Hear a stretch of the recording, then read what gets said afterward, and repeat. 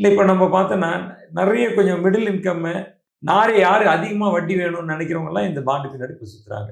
சில பாண்டு பார்த்தீங்கன்னா secured bond, unsecured bond இப்படின்னு ரெண்டு இருக்கும்.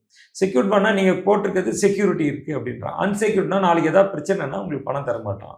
இது மாதிரி ஒரு சூழ்நிலை இருக்குது. இப்போ கடந்த காலத்தில் நம்ம இது ஒரு எடுத்துக்காட்டு நமக்கு பார்க்கணும்னா, இப்போ திவான் ஹவுசிங் ஃபைனான்ஸ் டிஹெச்எஃப்எல் பாண்டு போட்டாங்க.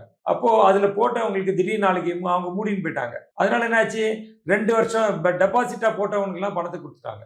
ஆனால் இந்த பாண்டு போட்டவங்களுக்கு பாதி பேருக்கு வந்து 2 லட்சத்துக்குள்ளே இருக்கிறவங்க சின்ன இன்வெஸ்டர் சொல்லி அவங்களுக்கு ஒரு செட்டில்மெண்ட் பண்ணாங்க.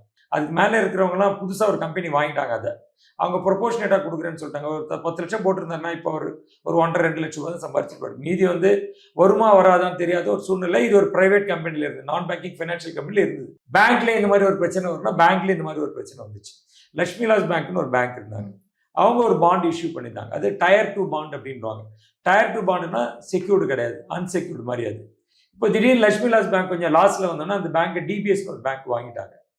வாங்கினதுனால என்ன பண்ணிட்டாங்க, எனக்கு ஆர்பிஐ வந்து செட்டில்மெண்ட் பண்ணும்போது என்னன்னா, பாண்டுக்கெல்லாம் எதுவும் பணம் தர முடியாது, ஃபிக்ஸட் டெபாசிட் போட்டவங்களுக்கு பணத்தை தருவோம், மீதி பேருக்கு தர மாட்டோம் அப்படின்னு சொல்லிட்டாங்க. அதனால லட்சுமி விலாஸ் பேங்க்கு டயர் 2 பாண்டில் போட்டவங்க யாருக்குமே இன்னி வரைக்கும் பணம் கொடுக்கல.